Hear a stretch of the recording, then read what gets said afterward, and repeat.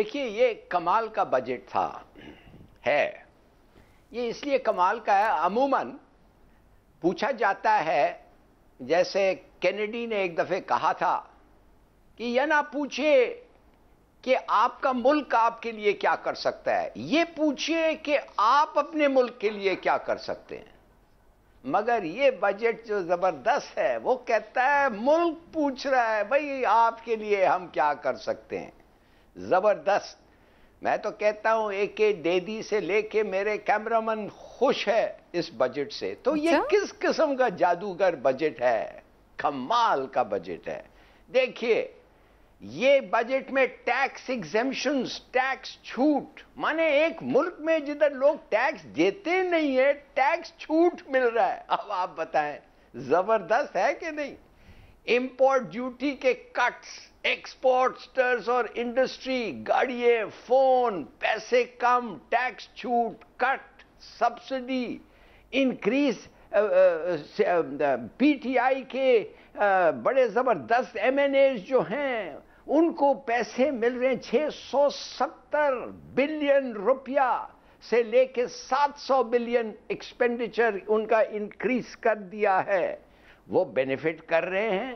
10% salary pensioners کے لیے، 20,000 عام سیلری، انسینٹیو ویٹ 850 سی سی گاڑیوں کے لیے ختم کر دیا، سیلز ٹیکس 12% کر دیا 17 سے، فارمیسی کسٹم ڈیوٹی ختم کر دیں، 350 دوائیوں پہ کم ہو گیا۔ میں تو کہتا اسٹاک ایکسچینج، مائی گاڈ، ان کو بھی انسینٹیو مل گیا ہے۔ میں آپ سے عرض کروں سمینا، یہ پی ٹی آئی کا وزیر اعظم عمران خان صاحب کا الیکشن بجٹ ہے۔ اچھا، ہاں جی، یہ اپنے تئیں انہوں نے پورا ایک اس طرح کا بجٹ دیا ہے جس سے وہ لوگوں کو خوش کر سکیں اور الیکشن کے لیے ایک فضا بنا سکیں، اپنی مقبولیت میں اضافہ کر سکیں۔ دیکھیں دو طرح کی چیزیں ہوتی ہیں، کوئی بھی بجٹ آج تک میں نے تو نہیں دیکھا کسی بھی حکومت نے کوئی بجٹ ایسا پیش کیا ہو جس میں ساری چیزیں ہی بہت اچھی ہوں یا ساری چیزیں ہی بہت بری ہوں۔ اصل معاملہ یہ ہوتا ہے کہ حکومت نے کڑوی میٹھی دونوں طرح کی گولیاں دینی ہوتی ہیں، لیکن انہوں نے اس طرح سے دینا ہوتا ہے کہ وہ گولی کس طرح سے عوام ہضم کر جائیں۔ اب دیکھیں بجٹ پہلے ہوتا تھا، جو اہداف ہوتے تھے وہ پورے کیے جاتے تھے، جو قیمتوں میں کمی اضافہ ہوتا تھا وہ پورے سال تک کے لیے ہوتا تھا۔ اب بہت سارے سالوں سے ہو کیا رہا ہے؟ ہو یہ رہا ہے کہ بجٹ سال کے لیے نہیں ہوتا۔ اب تیل کی قیمتیں ہر مہینے کم زیادہ ہو رہی ہوتی ہیں، بجلی کی قیمت ہر مہینے بڑھ رہی ہوتی ہے، اسی طرح سے یہ چیزیں جب اوپر نیچے ہوتی ہیں، روزانہ منی بجٹ آتے ہیں، یہ ساری چیزیں اب اس طرح سے رہی نہیں۔ یہ عوام کو ہر دفعہ اس لیے عوام کا زیادہ انٹرسٹ بھی نہیں رہا، مجھے تو لگتا ہے اس لیے عوام جو ہے نا، عوام کو ہر حکومت بیوقوف بنانے کی کوشش کرتی ہے۔ لیکن آج کے بجٹ میں جو سب سے اچھی بات ہے وہ یہ ہے کہ مینوفیکچرنگ جو ہے پاکستان میں، وہ لارج مینوفیکچرنگ ہے، وہ ایس ایم ای ہے، یعنی اسمال اینڈ میڈیم یا ایون کاٹیج انڈسٹری۔ اس بجٹ میں یہ کوشش کی گئی ہے کہ ان کو ریلیف دیا جائے، اس کو پروموٹ کیا جائے، اور اگر یہ کام واقعی اس طرح سے ہو جاتا ہے تو دیکھیں لوگوں کے لیے روزگار کے مواقع بھی کھلیں گے، اور جب روزگار کے مواقع کھلیں گے، آمدنی ہوگی تو لوگوں کو ریلیف بھی ملے گا۔ دیکھیے پہلی بات تو یہ ہے کہ بالکل صحیح کہا دیدی صاحب نے کہ جتنا اس گورنمنٹ پہ غریبوں کے لیے ایمفیسس دیا ہے اس سے پہلے کوئی گورنمنٹ نہیں دیا، اور مجھے ایک پرسنل نالج ہے اس کا، اور مجھے پرسنلی پتا ہے کہ پرائم منسٹر جو ہے کتنا ان کا وہ کیا فیلنگز رکھتے ہیں ہمارے غریب کے لیے۔ مگر یہ بات اصل یہ ہے کہ تھوڑی سی شکر ہے، خوش قسمت بھی ہوئی ہماری، ہندوستان اور بنگلہ دیش کے ٹیکسٹائلز کے جو تھے وہ خاصا اس پہ دھچکا پڑا ہے، اور اچھا ہوا کہ وہ لوگ ادھر آئے اور کہنے لگے وہ نہیں بنا سکتے تو تم لوگ کانٹریکٹ، ویری گڈ، اچھی بات ہے، اور ہم تیار تھے، اور داد دیں ہمارے لوگوں کو کہ وہ they were in a position to be say yes۔ مگر ساتھ ساتھ سوچے تو صحیح کہ ہم کتنا کاٹن پروڈیوس کرتے تھے کہ 40% ہمارا کاٹن پروڈکشن کم ہو گیا ہے۔ یہ تو ایک کووڈ جو ہے جس طریقے سے ہم نے اس کو نپٹا ہے، اور جس طریقے سے ایکسپورٹس خاص طور ٹیکسٹائلز کا ہمیں آرڈرز آئے ہیں as a result of the hit of Bangladesh and India, وہ خوش قسمت ہے. مگر ساتھ ساتھ تھوڑا سا لک اگر ہو تو کیوں نہیں؟ بالکل میں سمجھتا ہوں ہو. میں صرف ایک اور بات پوچھنا چاہتا ہوں.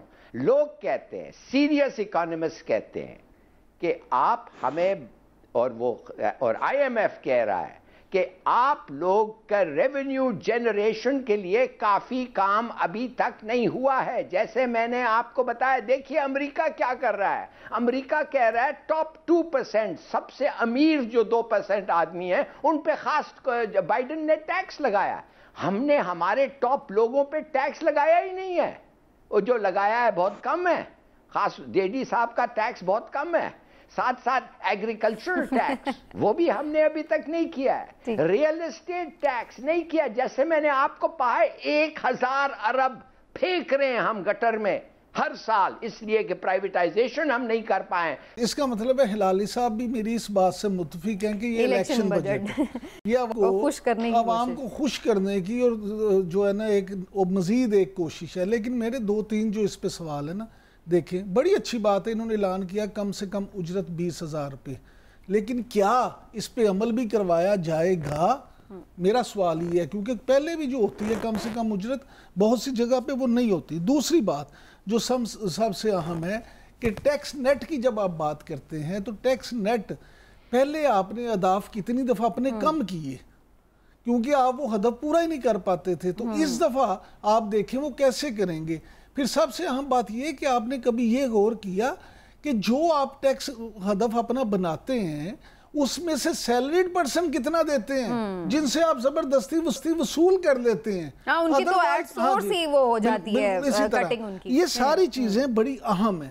اور پھر یہ کہ عمران خان صاحب نے یہ جو کوشش کی ہے کہ جناب اس بجٹ کے ذریعے سے وہ ریلیف دیں, کیا واقعی کسی آدمی غریب آدمی کو وہ نیچے تک ملے گا بھی یا نہیں؟ ٹھیک, ہر آدمی کا رائٹ بنتا ہے سوچنے کا اور بولنے کا. میں آپ کو صرف 2-3 چیزیں بتا دوں کہ اگر یہ الیکشن بجٹ اگر ہم کہیں گے تو کیا ہم اپنے پاکٹ سے پیسے دیں گے جو گورنمنٹ نے ٹارگٹ رکھے ہوئے؟ پچھلے سال جو گورنمنٹ نے ٹارگٹ کیا تھا اس کو اچیو کیا, اس کے باوجود کہ آپ کے ملک میں لاک ڈاؤن ہوا تھا, اسمارٹ لاک ڈاؤن پہ آپ جا رہے تھے, کووڈ نے آپ کو پریشان کیا تھا, اس کے باوجود آپ کی ایکسپورٹ بڑھی, آپ کی امپورٹ شاید اتنی نہیں بڑھی جتنی آپ کی ایکسپورٹ بڑھی, آپ کے ریمیٹنس بڑھے. تو ہمیں صرف ایک بات سوچنی چاہیے کہ اس گورنمنٹ نے کیا کیا. 2018 میں کیا پاکستان سوچ سکتا تھا کہ ان کرائسس سے نکل سکتا ہے جس میں $19 بلین کرنٹ اکاؤنٹ خسارہ, fiscal deficit $19 billion, $35 billion trade deficit. یہ امپاسبل چیز تھی کہ اگلا سال ہمارا نکل پائے, کیونکہ ہمارے پاس ریزرو تھا نہیں. $6 بلین ہمارے پاس ریزرو تھے. آج آپ کے پاس $17 بلین کا ریزرو ہے. آج آپ کا روپی اسٹرانگ ہو گیا ہے. آج آپ کا روپی اوور ویلیو نہیں ہے, انڈر ویلیو ہے. آج آپ کے روپی میں روپی اسٹرانگ ہوا ہے. آج آپ کو فورن جو آپ کے بونڈ ٹریڈ کر رہے ہیں اس میں ہیل نیچے آئی ہے. کیا پاکستان کبھی سوچ سکتا تھا کہ یہ پاسبل ہے پاکستان میں؟ یہ سب پاسبلٹی کیسے ہوئی؟ دیکھیں 2019 میں آپ دیکھیں اس گورنمنٹ نے سارے ٹف ڈیسیزن لیے. وہ بھی چاہتے تو عوام کو خوش کرنے کے لیے روپی کو اوور ویلیو رکھتے, لیکن انہوں نے نہیں کیا, انہوں نے ڈی ویلیویشن کیا. گزارش یہ ہے کہ ہر حکومت نے اپنے سیاسی معاملات کو بھی دیکھنا ہوتا ہے. آپ آئی ایم ایف کی تمام باتیں مان لیں لیکن آپ یہ پھر بھی آ کے آن سکرین نہیں یہ مانتے, اسمبلی میں آ کے نہیں مانتے. آپ نے اس طرح سے کبھی نہیں کرنا ہوتا. دیکھیں آئی ایم ایف کے حوالے سے آپ کو ان کی شرطیں ماننا پڑیں گی. یہ جو ریمیٹنس کی بات ہم بار بار کرتے ہیں نا, ابھی بھی ہو رہی تھی کہ اس میں بڑا اضافہ ہو گیا, بڑی اچھی بات ہے, لالی صاحب بھی کہہ رہے تھے. اس کی بنیادی وجہ پتہ کیا ہے؟ فیٹف. آپ نے فیٹف پہ عمل کیا پوری طرح سے یہاں پہ بھی اور ایون پوری دنیا میں, میڈل ایسٹ میں. تو ان کی وجہ سے ہنڈی حوالہ پہ جب پابندیاں ہوئی ہیں تو یہاں ریمیٹنس میں اضافہ ہوا ہے. اسی طرح سے آئی ایم ایف جو ہے اس کو آپ یہ نہ سمجھے کہ وہ بالکل آؤٹ آف دی گیم ہے. ابھی فائنانس بل جب آتا ہے چیزیں آتی ہیں آپ کو پھر پتا ہو جائے 2-3 دن کچھ چیزیں مہنگی کر لیں گے آپ کو 2-3 دن میں آفٹر شاکس ملیں گے تو آپ کو پتا چلے گا کہ ان کی شرائط بھی اگر آپ لاسٹ ایئر پہ جا کے دیکھیں تو ہمارا ریونیو ٹارگیٹ اچیو ہوا تھا 3395. اس سال ہم 49 بلین اچیو کریں گے.